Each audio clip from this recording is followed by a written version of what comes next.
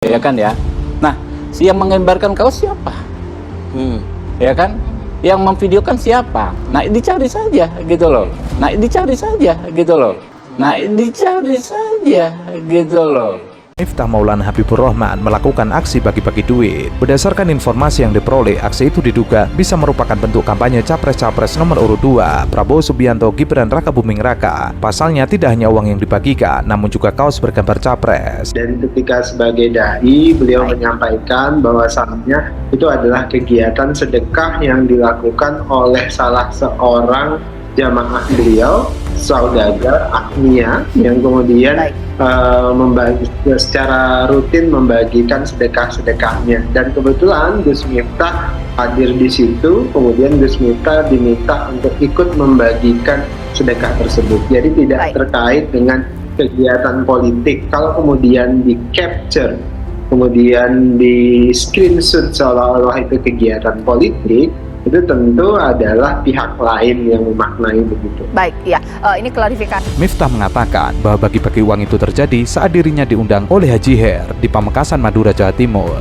Ia mengatakan itu adalah acaranya di Pamekasan atas undangan Haji Her, pengusaha tembakau top di Pamekasan. Miftah berujar, Haji Her memiliki kebiasaan sedekah hampir setiap hari. Kebetulan ia diundang pas bagi-bagi duit.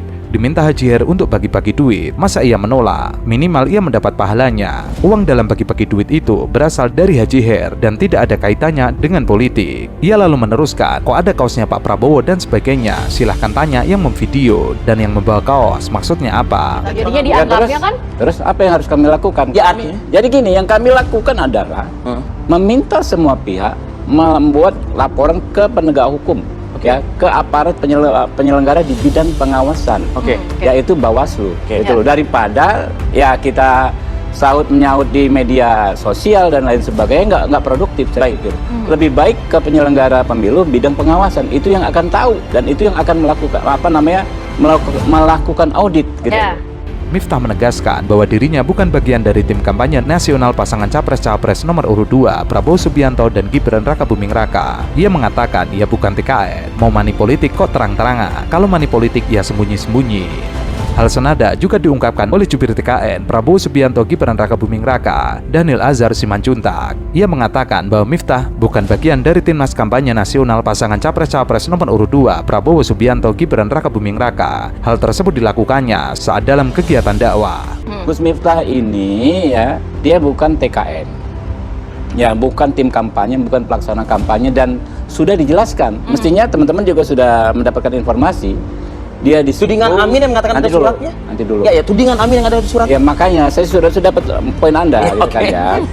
Jadi dia ada di situ, ya kan. Lalu ada orang yang melakukan sedekah. Namanya Haji Her tersebut. Dia diminta membagikan. Ya, itu uangnya Haji Her itu. Nah, kurang lebih seperti itu. Dari mana dikatakan dia melakukan politik uang? Tapi ada kaos yang mengangkat kaos. Nah, ini sama dengan persis yang dilakukan dengan Said Abdullah. Said Abdullah membagikan ratusan ribu amplop, kemudian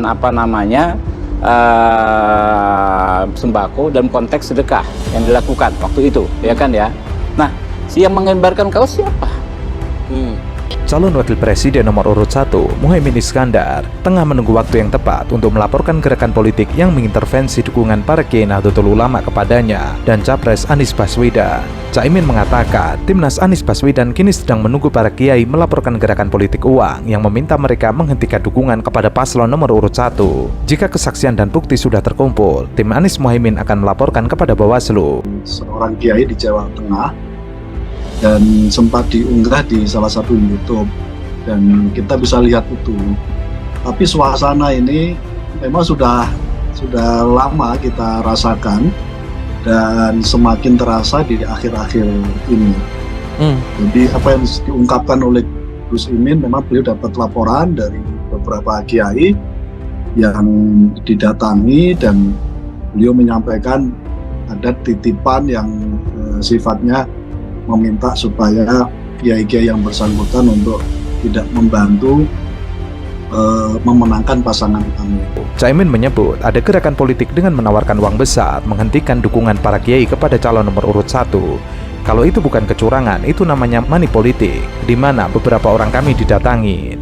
ditawari uang besar, kemudian diminta tidak usah mendukung Amin. Namun Gus Imin tidak menjelaskan secara terperinci siapa orang yang memberikan uang dan berapa nominal uang yang ditawarkan untuk menghentikan dukungan itu. Beberapa orang kami didatengin, diberi uang besar, kemudian tidak usah membantu mereka, tapi cukup berhenti membantu Amin. Bahkan uangnya dikasih tahu ke kita. Ya, tapi itu cara-cara tergantung masing-masing toko yang kami punya berbeda-beda. Gus Imin juga mengomentari ihwal kabar bahwa ulama kondang Miftah Maulana Habibur Rahman melakukan aksi bagi-bagi duit. Ia menyebut akan melaporkan hal itu jika terbukti benar terjadi money politik. Berdasarkan informasi yang diperoleh, aksi itu diduga bisa merupakan bentuk kampanye Capres-Capres nomor urut 2 Prabowo Subianto Gibran Raka Buming Raka. Pasalnya tidak hanya uang yang dibagikan, namun juga kaos bergambar Capres.